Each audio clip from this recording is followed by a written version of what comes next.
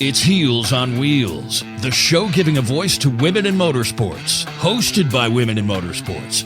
Drivers, crew members, coaches, all have a story, all have a passion. We have the platform. And now, here are your hosts. Welcome back to another week of Heels on Wheels on the Performance Motorsports Network. I'm Sue Mason. Along with me is Daryl Curtis, Ashley Zimmerman, and our guest this week, who is Nicole Hecker.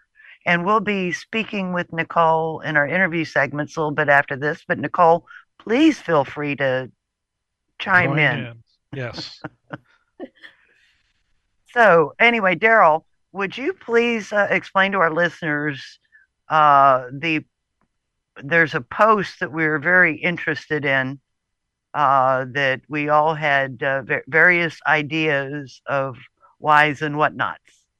Yeah. So I saw this a few days ago, and it was a post that actually it was a post that Sophia Flores made. That it was in response to a post that Marta Garcia had made. And Marta, so she was the F1 Academy champion last year, and with the championship, she gets some funding and the opportunity to go into another racing series because of the funding.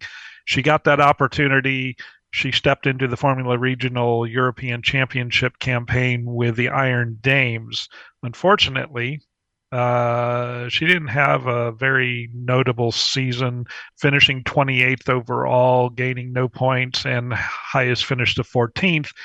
And lamenting the fact that this last race she was competing in was probably going to be her last race in the single seater because she has no money, she didn't fare well, and to that post, Sophia responded, and it was what Sophia said. And we've talked about this before. Sophia is not shy in expressing her opinions about how women are treated, the inequity and the inequality that women face in motorsports.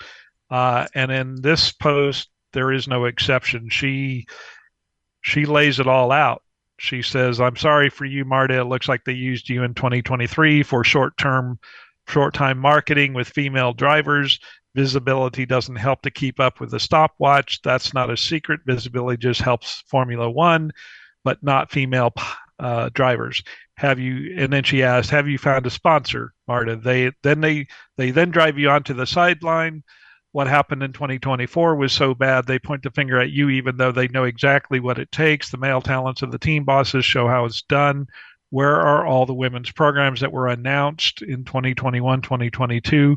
Why doesn't the media ask the right questions? It's so sad. Pinkwashing. Let's make a list of female drivers since 2021 and ask them what happens in racing." So that sums up the post that she made.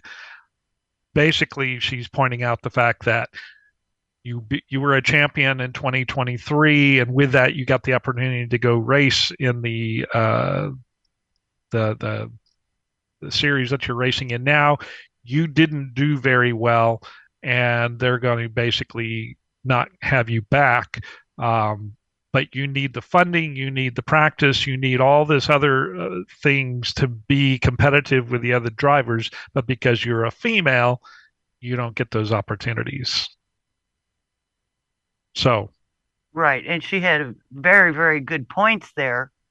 And one thing that I noticed is reading when she shared the post, Marta's post, original post, and she added her stuff to it. The people that responded to Sophia's post were almost exclusively all men. Yes. There was maybe one or two women, and I found that to be very troubling, actually. And let's be honest, most of the comments by the men, I would say 70% to 80% were men who are clueless, just literally clueless. They're on the bandwagon for supporting women, but they really don't understand how it works. They don't know how to advocate for women. They want to say that they stand for it, but they don't know they don't know the details to move around it, to Yes. speak on it. So they almost make the conversation not their support not valid because they're not educated enough Exactly. to speak on it. And then the other remainder of the men commenting, and there was only a few, they're just plain misogynist, plain and simple. They absolutely don't see. They basically called out Sophia and basically said, "You're using the gender card. You're using the female card. Oh, woe is me, blah blah blah." And I'm like, wow, okay, so you're going to go there and you're going to prove the point that Sophia is making in that this is a male dominated sport. This is a male controlled sport. Those attitudes are alive and well, and they're going to force you to listen to this nonsense no matter I'm with what. I'm with Sue though in the aspect of that it's almost, obviously we're used to men speaking out and saying negative things towards women in motorsports. It is almost worse when you go into the comment section and you see women not standing for women or women not speaking up and supporting other women. I was shocked by it in her comment sections, shocked by it when Kendra Jacobs came out about some things that were said to her on the High Limit series, and the amount of women that they know that they're treated the same way, they go through the same experiences, but when somebody speaks up on it, there's crickets, or they say they don't support it because they think somebody's playing playing the gender card in the aspect of playing the victim and pick me and look at me, I'm going through this. And that's just as bad, if not worse, than the men who crawl into the comment section and say negative things towards women in motorsports in general. Right. Well, I loved how Sophia answered a lot of the comments from the men. Hey, listen, this is me. I've been there, done that. And this is why I feel this way. And one of the comments that I really thought was great from Sophia, when she commented back to one of the commenters, she said, "You can race 10 years with a shit car and a shit team and will never have a chance to win. But this is not a question of gender, it's physics." So, and we've been saying that all along. If you don't give the women cars that are equivalent and crews that are equivalent to what the men are driving, then how can you expect them to perform? And she also goes on later to talk about it also includes funding, track time, the practices, all the other attention that the men get that the women do not get. So yeah, and she's repeated, we've talked about this before. This is not a new thing with Sophia. She also calls out the media in that the media is complicit in this narrative that, and I'm going to pick on Formula One, that Formula One puts out there. The media regurgitates it in a nice way. Oh, look at what Formula One is doing to promote women. Well, that's outwardly. That's what the public sees. That's what the public believes. Inwardly, Formula One is not doing anything to really promote women in motorsports or women in their particular series. They're not putting their money where their mouth is. And Sophia is calling them out about that, and she's saying, why isn't the media really asking these hard questions that they ought to be asking? Because it's so obvious. We know it's obvious. We've seen it time and time again, and so bravo to her. But it's a shame that she's like the lone voice in this huge wilderness of silent people. Coming from someone that's in the media, obviously I'm on the dirt track side, not the asphalt side, but coming from someone who is in the media, I've always felt as though even if somebody wants you to write a story saying, oh, we promote this or we support this, I would have a hard time supporting headlines like that or supporting stories like that when you can't physically see a series actually doing something. Don't buy the headlines, buy the story by creating the story. And I think that's where it gets really disappointing, even as a media member, to see people who want to create these headlines and write articles saying that we're doing something when you know right in front of you it's not being done.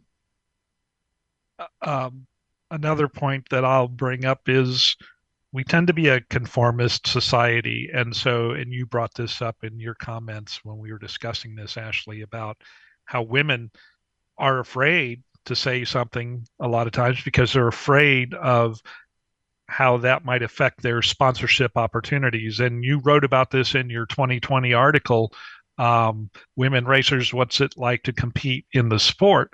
And folks, you need to read this. Is an excellent article, and it's on the Outside Groove website. But I don't know, what's your thoughts? And Nicole, I want you to give us your thoughts as well. Well, I think in general, women tend to be like scrutinized more heavily, not just in racing, but like just in general, any sort of woman in the spotlight. They judge her attitude, what she wears, just everything. So it's probably harder for somebody to try to speak out because then you get shut out by the opportunities you want, because it's all a marketing game to them, isn't it? Like if you're not marketable, they are going to dump you. Even 4 years later after writing that article, every woman that I've ever interviewed in motorsports, whether they work as PR or in media or marketing or as a driver, every one of them that I've ever spoken to on the aspect of speaking out and telling your story, the raw truth behind the scenes, things that you experience from men in motorsports, they're all afraid of there being some sort of punishment by speaking up and showing what the reality is like, because nobody wants to hear what the reality is actually like, because nothing ever gets done from it. And it just angers people to know that it's still happening. And even from the aspect of myself, when I go to the racetrack or when I speak my opinion online, or even when I write my editorial every month, I am very PC about the things that I say, because everything can be misconstrued by someone who's willing to twist those words, and it comes back as punishment to the magazine I represent, not just to myself. And I think that's something that continues to be a thing 4 years later whenever I have that conversation. But it was primarily the big focus in that article was even Amber Balcaen was concerned about how her quotes would sound, how things would sound before it was ever even published, because she was trying to get where she is now, and you can't get sponsorship dollars that way. I will say this one last comment because we have to wrap. But we were talking about this several days when this, about this topic, and I've just Googled to get ready for the program, and now everybody's talking about it. So I'm proud to say I think we're probably one of the first, if not the first, to actually bring this up as a topic. We just are several days later talking about it. Because of the scheduling of the show recording. So that's we're folks, we are on top of things. Yeah, we are. This is twice now, Hailie Deegan, and now this. Yes. Well, we're going to have to take a break right now. So for Heels on Wheels on the Performance Motorsports Network, we'll be back right after these messages. When your car is making a strange noise, no matter what it is, you can't just pretend it's not happening. That's an interesting sound. It's like your mental health. If you're struggling and feeling overwhelmed, it's important to do something about it. It can be as simple as talking to someone in your community, or just taking a deep, calming breath when you need it. Nice. For mental health resources, check out loveyourmindtoday.org. At loveyourmindtoday.org, you'll find information that may help you get through a tough time. Things like tips for dealing with stress, how to navigate difficulties like financial worries, anger, substance use, and more. You can also find real stories of how people navigated their own mental health challenges. Because once you start to address the problem, you can go so much further. Visit loveyourmindtoday.org. That's loveyourmindtoday.org. Brought to you by the Huntsman Mental Health Institute and the Ad Council. Are you looking for a one-stop shop where you can fill up, grab a bite, and get on with your day? Then look no further than GT's Handy Mart, family owned and operated, serving the beautiful mountain community of Cascade with pride. The new owners would like to invite you to stop by and meet them and appreciate the new upgrades. The full deli offers daily specials Monday through Friday, from juicy subs to crispy chicken. Their chefs cook up something new every day. And don't forget, Hunt Brothers Pizza is available hot and fresh and made to order. Call ahead for takeout, and they'll have it ready for in-store pickup. Convenient, right? Well, don't forget to grab a delicious milkshake or soft ice cream cone on your way out. Plus, fuel up at their new Pay at the Pump BP gas pumps, located on Route 550 Military Road, just outside the front gate of historic Fort Ritchie in Cascade, Maryland. So if you're planning a visit to Fort Ritchie, they're right down the road from the flashing red light. GT's Handy Mart. Fuel, food, convenience, family-owned, and community-driven. See you soon. My name is Ariel. I moved to the U.S. at 19. I spoke no English and I struggled finding job opportunities. Everything I have, I owe to the Adult Literacy Center and getting my high school diploma at age 22. It was an honor helping you achieve your greatness. Now you're helping others achieve theirs. It inspires me. When you graduate, they graduate. Find free and supportive adult education centers near you at finishyourdiploma.org. Brought to you by Dollar General Literacy Foundation and the Ad Council. Don't let biased algorithms or degree screens or exclusive professional networks or stereotypes. Don't let anything keep you from discovering the half of the workforce who are stars. Workers skilled through alternative routes rather than a bachelor's degree. It's time to tear the paper ceiling and see the stars beyond it. Find out how you can make stars part of your talent strategy at tearthepaperceiling.org. Brought to you by Opportunity at Work and the Ad Council. Babes, what are you doing? What? I'm just mowing the lawn. No, it's blazing hot and dry out here. Don't you remember? Smokey Bear says, avoid using power equipment when it's windy or dry. Where'd you learn this? oh, it's on SmokeyBear.com with many other wildfire prevention tips. Right. Thanks, Honey Bear. Because remember, only you can prevent wildfires. Brought to you by the USDA Forest Service, your state forester, and the Ad Council. Hi, I'm Karen Schultz, first woman to get a NASCAR title back in 1986. Charlotte Daytona Dash NASCAR Rookie of the Year. You've been listening to Heels on Wheels on the Performance Motorsports Network. Welcome back to Heels on Wheels on the Performance Motorsports Network. I'm Sue Mason, along with Daryl Curtis and Ashley Zimmerman. And our special guest this week is Nicole Hecker. Welcome, Nicole. Hi, thank you so much for having me. Oh, it's our pleasure. So you drive a Mazda RX-7 with the SCCA, correct? Yes. Well, how did you get into being interested in motorsports? Well, both my dad and my grandfather did oval track racing. And at some point, I asked my dad to go racing. So he got me a go-kart, and we both started out in go-karts. Unfortunately, he had a really bad accident that almost cost him his life, and he can no longer race. So he looked for an alternative that would be safer for me because he did not want me doing oval track racing. And that is how we found SCCA. And I've been doing that for about 10 years now. Wow. Your dad's okay, though. Yeah, he broke his neck and some ribs. And the reason he can't race is that the bottom part of his neck is fused together. So they're like no whiplash, nothing for you. Ooh. Wow. Should have to drive an armored car, huh? Yeah. I feel bad because, you know, he was about like 45 when it happened. So he didn't get to go out on his own terms, you know? Well, I'm kind of surprised that he was able to let you go and keep racing. I think it was hard for a couple years because of just because he couldn't do it himself, you know? So it was hard for him, but he eventually came to terms with it, and I really couldn't do any of this without him. Wow. So where is it you live?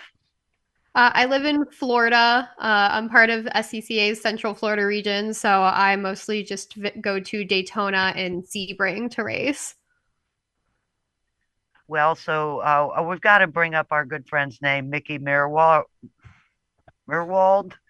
Bob, correct me if that's incorrect. But she was a wonderful lady that we met actually down at Daytona. So, and I know she races at your track. So next time you see her, please tell her we said hi. In fact, she even got married at the track. Did you know that? Yeah, I was there that weekend. Oh, I you didn't were? attend the ceremony because I didn't know her as well then, but she races in my group actually. Wow. It's a small world, isn't it? Yeah. Daryl, did you have a question? Yeah. So, and you probably said this and I missed it. How long have you been racing? For about 10 years now. I got my SCCA license in 2014. And it's now 2024, so I guess I'm getting up there. and so you've been racing, how long have you been racing like the RX-7 or at that level? Since day one. It's never had another really? car. Yeah. Wow. Okay. And I was just looking, so I know you kind of had a rough 2024 season. I was looking at some of your videos and some of the wrecks that you had, which you'll have to talk a little bit about, but you finished second in the points, did you not? Yeah, I did. Despite everything that I can think of breaking on the car, like it caught on fire from a fuel leak in February, and then the transmission is the weak spot on the RX-7, so we broke 2 of those this year. Oh, wow. And then a through bolt broke off more recently, and I actually had to race my last 2 races in a Miata that I borrowed from some friends, but I was able to hold on. Very different car. But I was able to hold on to second in points at least. Well, getting seat time is the ultimate thing right there. Yeah, any experience in a different car is good. I got to race it at both Daytona and Sebring Short Course, and it's definitely better on Sebring Short Course. So one of the videos you talked about bump drafting. So explain to the audience what bump drafting is and where you were bump drafting and what that experience was like. So it's kind of a Miata thing. It's very scary, and they get up right on your bumper and push you, and they even have their own little hand signals that I learned about that weekend. I was at Daytona, and they are like love bugs, honestly. They get together and one pushes the other one down the straightaway, and right before they break, they actually have a little hand signal to let the guy in the back know so they can split apart. Oh my gosh. I got to do it. I got to do it a little bit at Daytona with one person, and he pushed me, I pushed him. It only really happened like a couple laps, but it was definitely interesting. I didn't know about the hand signals before too, but I was like, those are very helpful. I was just going to say, I hope they told you about this ahead of time. But yeah, no. Somebody had mentioned that there are hand signals, but not before. Oh my goodness! I kind of got the message during, because he threw up. We're coming into the turn, and he threw up his hand. I was like, "Oh, okay. He must be about to break." So, I'm assuming bump drafting is the same at your level as it is at the NASCAR Cup level, but you do that because 2 cars can run faster together than by themselves. Is that correct? Yes, that's exactly how because the Miatas, to be frank, they don't have any straightaway speed. Yeah. So they pair up together like that to get better lap times and catch up better. I had never heard that. That's quite amazing. Well, I was going to ask the same thing. We don't do that on the dirt side. Well, and the danger is wrecking the guy that you're bump drafting with, because if you hit them too hard, or if you don't hit them square in the, in the middle of the bumper, you could turn them sideways. I mean, there's just it takes a little bit of driving technique and ability to pull it off and be successful. So, Nicole, can you explain the difference to us? Now, you mentioned the difference that it was different driving the Miata than the RX-7. What do you find to be the major differences in those vehicles in racing? The speed. Not to rag on the Miata too hard. I mean, it's a decent little car. But the RX-7 loves straightaways, and at track like Daytona, it's just, in my opinion, the better car to have. Now, I've seen some Miatas that I don't know what they did to them, but they are fast. There was actually one I was battling with in points. I don't know what he did to his car, but it is a fast Miata. But for the most part, on average, most of them just don't have that straightaway speed. But they do tend to, because they're so much lighter, they do tend to corner better. So their strong suits are more the short courses. So I had the Miata at Sebring Short this past weekend, and I could really roll through those corners a lot faster than I do in my RX-7 because I don't have to slow down as much per se, but more importantly, I'm not carrying as much weight either. Wow. So how often do you get to race? Is it like every other week, or you just attend the SCCA events, or do you go outside of that? We usually just do SCCA, which Central Florida region, I think I counted 9 races on the upcoming calendar. But I just generally say about once a month. There are a couple months that we go without racing, like December, for example, in January. But sometimes we will go to Georgia, where Roebling Road is. We used to go to PBIR before they shut it down. What is that? Palm Beach International Raceway. Okay. My dad calls it Moroso.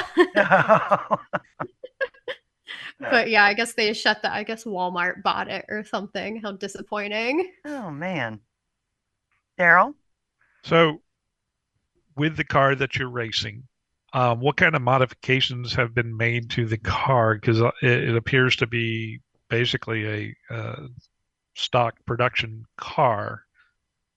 Yep, it's stock. I race ITS, so we're not really allowed to do much to it at all.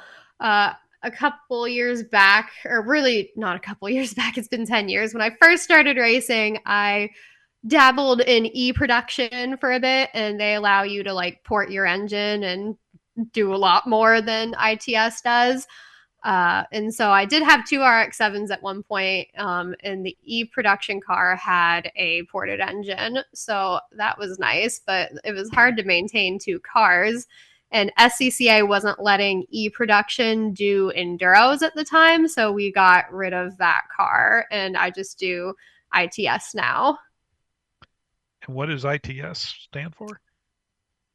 Improved touring, and then I don't think the S stands for anything. I always thought it stood for stock, but apparently it doesn't. It's just an S. And of course, these are all road course racing, I take it. Yes. So what's that like? I mean, I'm used to oval track racing. What's it like to be a road course racer?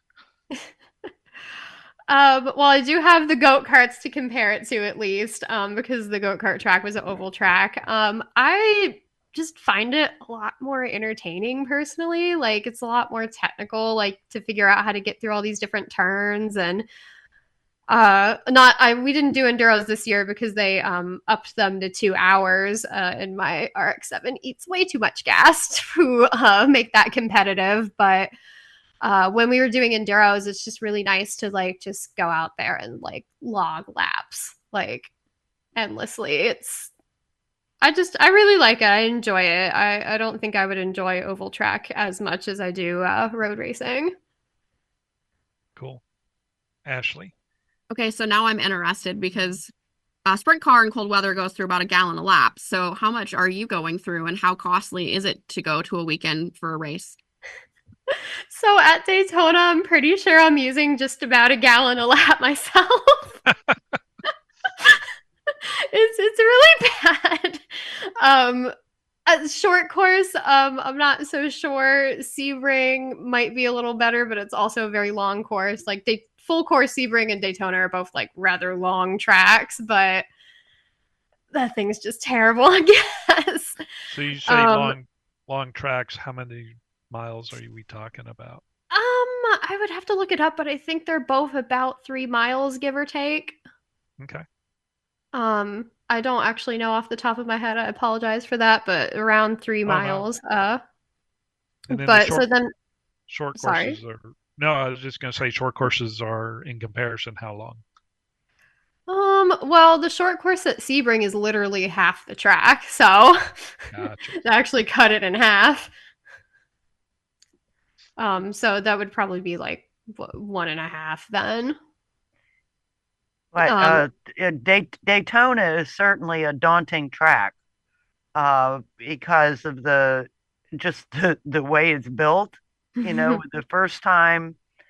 Do you remember the first time you ever crossed through into the track, and you see the bank of Daytona, and you just go, "Whoa!" I mean, I guess not really, because to be fair, I grew up in Daytona. So it's kind of just always been there. Like I went on I think it was in middle school, we did like a field trip to Daytona. And I remember in the museum, they have like a banking like example that you can walk up. So I kind of already knew beforehand before I ever like actually walked into the infield.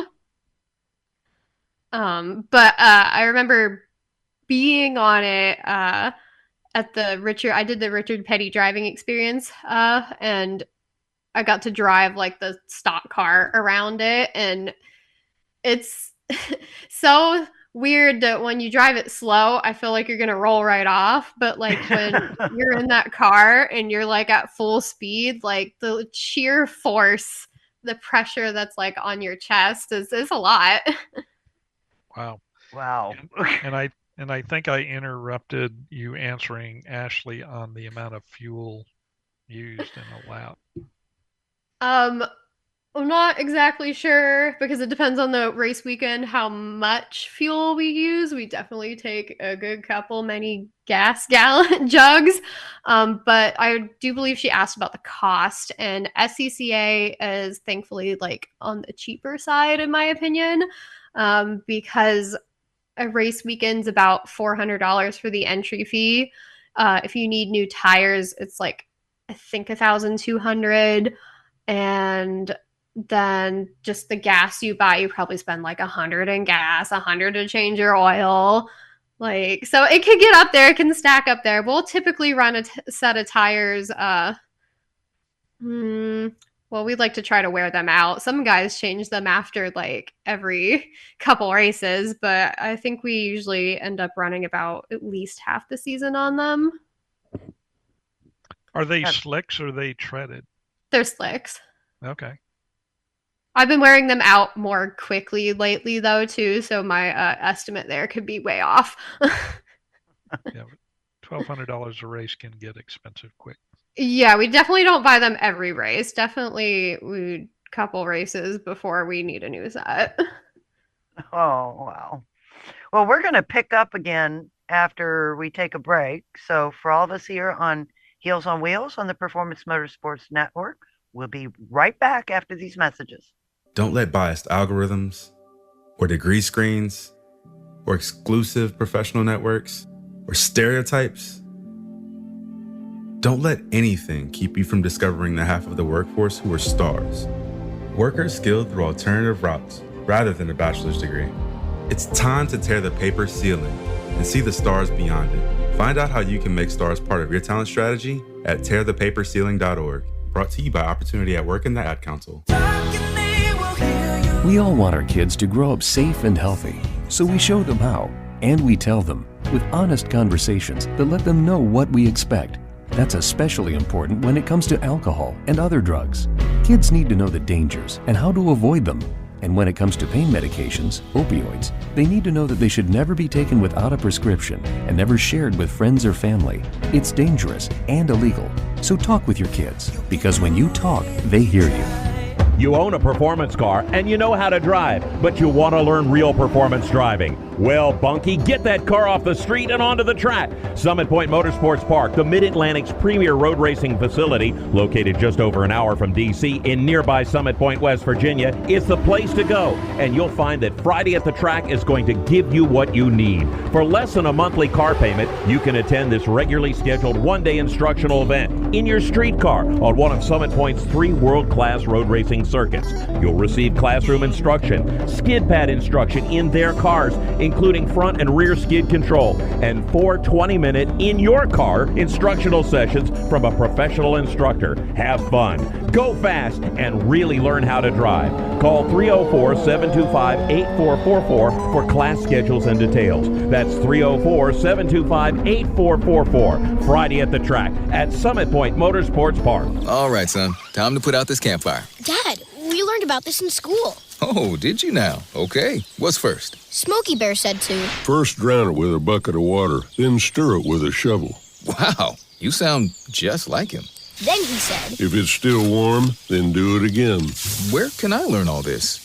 It's all on SmokeyBear.com with other wildfire prevention tips, because only you can prevent wildfires. Brought to you by the USDA Forest Service, your state forester, and the Ad Council. My name is Ariel. I moved to the U.S. at 19. I spoke no English and I struggled finding job opportunities. Everything I have, I owe to the Adult Literacy Center and getting my high school diploma at age 22. It was an honor helping you achieve your greatness. Now you're helping others achieve theirs. It inspires me. When you graduate, they graduate. Find free and supportive adult education centers near you at finishyourdiploma.org. Brought to you by Dollar General Literacy Foundation and the Ad Council. I'll be here to hear what's on your mind. As an adult, kids want to know you're listening to them, but they also want to listen to you. When it comes to alcohol, they want to know your expectations and how and why to avoid underage drinking. Talking early and often about it in everyday conversations reinforces your message and keeps lines of communication open. For more information, visit underagedrinking.samhsa.gov. I'll be by your side. Hi, this is Saber Cook, driver in the W Series, and you're listening to Heels on Wheels on the Performance Motorsports Network. Welcome back to Heels on Wheels on the Performance Motorsports Network. I'm Sue Mason, along with Darrell Curtis, Ashley Zimmerman, and our special guest this week, Nicole Hecker. And Nicole, you race in the SCCA, and we just were talking about how it is not cheap. And one of our things that we do discuss on this show a lot is marketing and how to help you with your racing budget by getting marketing partners. Have you had any difficulties with that? We are totally self-funded. Like, it's just me and my dad, and it takes both of us to be able to afford just to run SCCA regional races. Like, people ask me all the time, like, are you going to go to the majors? And I'm just like, with what money? But I've recently been joining some groups and classes to figure out how I might be able to, like, grow my presence online and perhaps get some financial help through a sponsor. So do you and your dad do all the work on the car? It's mostly just my dad, to be completely honest with you. I do live separately from him now. When I graduated college, I ended up moving to St. Augustine. So he's back in Daytona and the car is with him. So he ends up doing most of the work, and he works so hard to keep me on track. Like, we don't miss a race if he can help it. Like, he's just honestly amazing. And I really, like I said, I could not do this without him at all. Sounds like it. Darrell, you had another question? Yeah. Well, I was going to make a comment about you're on the Megan Lingner's Fueled and Funded program, I believe.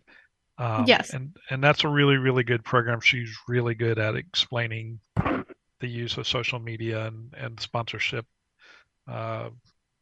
searches and so on. So that should be a really good program.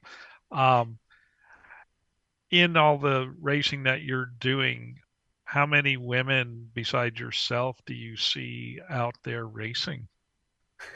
Let's put it this way. I'm like the most popular one at the track. Wow. Yeah, because there's not really any. A few years back, there used to be 3 other girls around my age, plus Mickey, we discussed earlier. Mickey still runs, and she runs my run group. But the 3 other girls, one, she still races, but she recently had a baby. So she's been out for a little bit. And then the other 2 kind of just like dropped off. Like, I don't know what happened to them. I guess they decide they didn't want to do it anymore or something. Occasionally, I'll see some other younger girls. One of them actually, her name's Isabella, and I saw she just got picked as one of the finalists for the MX5 Spec Miata shootout, I believe. But she usually, I think, runs Farah. But so there's not really many. Like I said, I tend to be the most popular just because there's kind of one of me. Wow. So what do you think we could do to encourage more girls to get into racing? That's not the first time I've been asked this question. I'm not entirely sure, to be honest, what that answer would be. Like, I have friends, obviously, that are girls, but they don't seem to have like any interest in it outside of like, oh, that's so cool, you race cars. I think I got into it just because, my dad was into it. So, I mean, but how would you get somebody into it that doesn't have that kind of like immediate exposure? I'm not sure what like would make it more appealing to just like a everyday girl. Well, you got started in karts. So do you think that'd be a good place for girls to start to get interested in motorsports? Sure. Though I definitely recommend quarter midgets because they have a roll bar over top of them. But that's a good place to start. Karting is usually fairly cheaper. SCCA is fairly cheaper. I think something that might be fun is like also doing like a track day with SCCA has like track nights, I believe. And I believe Chin Motorsports, though they're a little more expensive, they do that kind of thing as well. And so instead of having to buy a race car, like you could do a track day. Yeah, there's a couple different options out there. Definitely one of my racetrack friends, he got his daughter into quarter midgets, and she did quarter midgets, and she's recently moved up to SCCA. So I think karts, like when they're younger, is definitely like a very good way because I think they end up getting hooked from there. Right. So, you've been doing this for 10 years.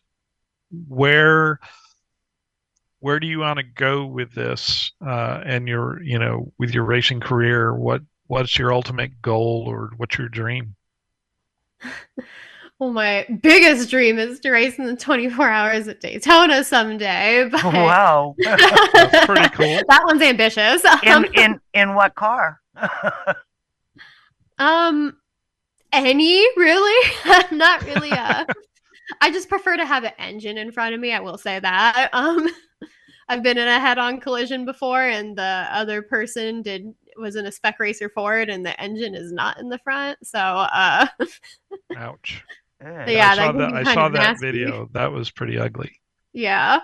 But so I'm not really picky. I would do anything. I have always wanted to do it professionally. For a very long time, actually, I've just kind of was resigned to the fact that like my dad was like, racing is a rich man's game. You have to know somebody and be rich to go racing professionally. But as Daryl was saying, I found Megan online this year, and she really made me believe that like I could grow myself online and network myself and be able to make something more of it than just forever running regional races. So I'm trying very hard and working very hard to be able to do that, because it would be a dream come true to race professionally. Well, I can guarantee you that Megan can help you. We've had her on the show. She funded her own racing program. She learned what works really well, and the online stuff today is just, there's so much, and for dinosaurs like me, it's just overwhelming. But I think Heck, it even overwhelms me sometimes. Yeah, I think that's something that you will enjoy, that program, and I think you will get a tremendous amount out of it. So talking about funding, you say you're pretty much self-funded, and I completely understand what that's like. What are the challenges for you on looking for sponsorship dollars? I don't know if this is a self-inflicted challenge, but I tend to feel like, who's going to want to sponsor me? I just run regional races. Who's going to want to sponsor me? I only have like 400 followers on Instagram. I don't think you're alone in that. I hear a lot of grassroots drivers say the same thing. Yeah. So, and something in Megan's class, she says that shouldn't be a limit to you. But I can't help but think about it a lot, because, it's part of her class is like, what can you do for the sponsor? That's how you get them. Because they want somebody that can make sales for them or put their product in front of people. And I would think they would prefer somebody with like a bigger social media reach, or somebody that goes to events that have like a larger crowd. Versus like, I can only afford to run regional races. Like, part of the reason we don't try to go to the majors is because it's so expensive. Yeah, you bring up some valid points, but all of these things, and Megan will teach you some of this, but a lot of it's just a shift in the way you look at the world and how you look at yourself in that role. But no, I appreciate you talking about that, because like Ashley said, I think this is a common thing, and it sounds like you're respected and treated pretty well in where you're racing. Yeah, for the most part, I don't feel like I tend to get discriminated against for being a woman. Like, my dad certainly never brought me up that way. Which is funny, because his sisters say that their father was like, girls don't belong in the garage, but my pap is my biggest fan. He's all for it, or was. And my dad certainly never made me think that I didn't belong in a car or anything. And for the most part, everybody at CCA is super welcoming and encouraging. I get a lot of double takes when I come out of the car, because I think, naturally they just expected to be some guy. But for the most part, I'm very fortunate enough to not have experienced some bad backlash for being a girl. Everybody has been cheering me on, and I really appreciate it. Very cool. Oh, absolutely. Do you find it a lot more difficult now that you've moved away from where your car is located and farther away from the tracks? Yes and no. It can be difficult when I can't come home every weekend and Dad maybe needs some assistance with prepping the car. Sebring is certainly quite the long drive away for me. It is for my dad as well, but he usually can get the day off, versus like I can't, to drive over on Friday. But that's not really been too big of a problem, thankfully. Oh, that's awesome. Yeah, I'm quite familiar with Florida, so I know. So I'm curious, who are the race car drivers that you watch or that you grew up watching and idolizing, or I mean, who's your inspiration? Really, it's been my dad. Like, I grew up watching him race. By the time I was born, my pap was long done racing. But my dad is my biggest inspiration. He watches NASCAR every weekend or every time it's on, and I'm like okay with it. I tend to really just I enjoyed going to the 24 hours at Daytona. We would go at night every year. Not so much recently, but we would go at night, and it was just, I don't even know how to describe it. I just loved being there, and I want so badly to be on that track with them. Well, I just love that. Speaking of your pap, I noticed on your Facebook page that your pap and grandma got married at Blanket Hill Speedway. Yes, they did. That's too cool. Yeah, that is quite the racing fanatic. Yep. They got married there, and so apparently he was quite the racer as well.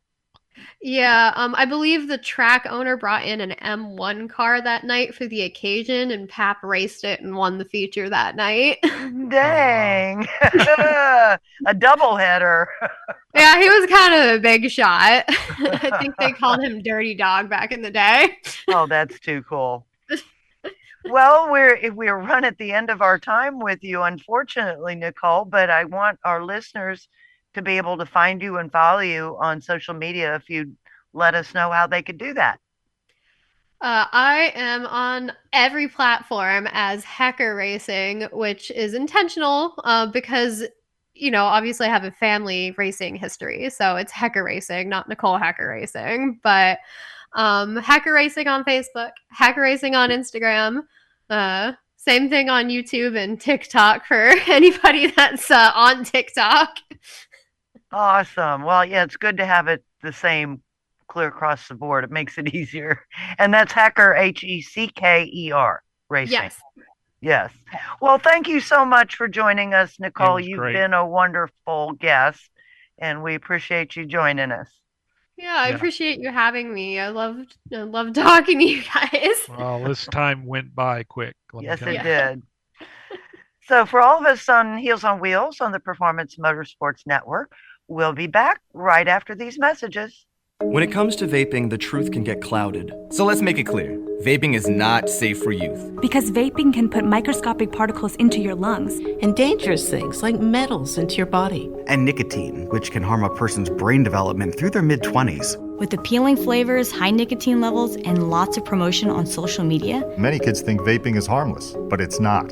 So talk to your kids about the risks of vaping. Because when you talk, they hear you. Learn more at underagedrinking.samhsa.gov. Automotive technicians and auto service trainees, how would you like to work at the beach and perform for one of the best car care centers in the nation? Louis Meineke is now looking for skilled automotive technicians to join their award-winning team. If you're a gearhead that knows his or her stuff, or a young up-and-comer that has the motivation and drive to succeed, then you need to make this call today. 302-827-2054. Louis Meineke Car Care Center, located in beautiful Lewis, Delaware, offers a highly competitive compensation plan, great benefits, a flexible schedule, and did we mention that you're going to be working at the beach? Plus, there's a signing bonus for the right candidates. Technicians must be ASE certified and have a minimum of 6 years experience. Beginners advance at your own pace in one of several entry-level positions. But whatever you do, don't wait. These jobs will go fast. Call Tim at 302-827-2054. That's 302-827-2054. Louis Meineke Car Care Center. Rev up your career. Email from school about the incident today. Scary. Teachers like me, parents, we don't always know as much as you guys do about what's going on with other kids. Half the time, it's rumors. Yeah, but if you're ever concerned about a friend who's having trouble with alcohol, prescription drugs, anything, you need to tell an adult, someone you know and trust. That can be hard, but speaking up about a problem is what helping a friend is all about.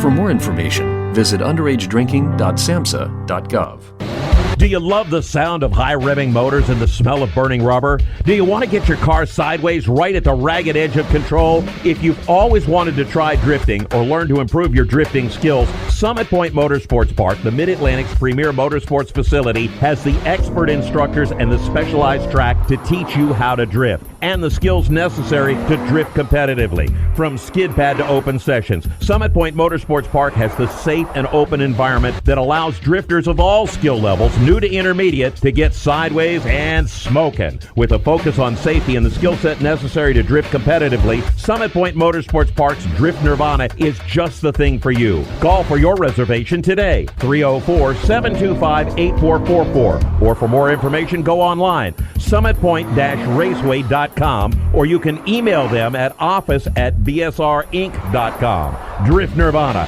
getting you sideways the right way. Hi, this is Janet Guthrie, the first woman to earn a starting spot in the Indianapolis 500 and also in the Daytona 500, and you're listening to Heels on Wheels on the Performance Motorsports Network. Welcome back to Heels on Wheels on the Performance Motorsports Network. I'm Sue Mason, along with Daryl Curtis, Ashley Zimmerman, and a special thank you to our guest, Nicole Hecker. And Daryl, I know we only have a few short minutes left, but do you have any news for us? So I've got a couple of things. Cassidy Hines, who races late models, asphalt late models, she won the NASCAR late model crown at Tucson Speedway. Congratulations to her. Nicole Drought from Ireland, she just won the track day championship in the UK MSVR champion, and don't ask me what the but it's road course racing over in the UK, and she won the championship over there, so good for her. And then of course we know the Formula E women's test is coming up, and we're going to cover that. Holly Clark, one of our previous guests, just won the West Coast SLR modified championship. She finished second in her last race out here in Bakersfield, so congratulations to her. Do you have anything? Well, they just announced the complete Formula E female driver test lineup. Okay. And the Jaguar TCS Racing has Jamie Chadwick and Lilo Ladu. The Tag Heuer Porsche is Marta Garcia, Gabriela Chilkova, and I hope these people pardon my pronunciation, but I'm doing the best I can. DS Penske is Jess Edgar and Bitska Visser. The Nissan Formula E team is Abby Pulling and Sophia Flourish. Andretti Formula E, it's Chloe Chambers, Naria Marty. Envision Racing is Alicia Pomowski and Alice Powell. Neom McLaren is Ella Lloyd and Bianca Bustamante.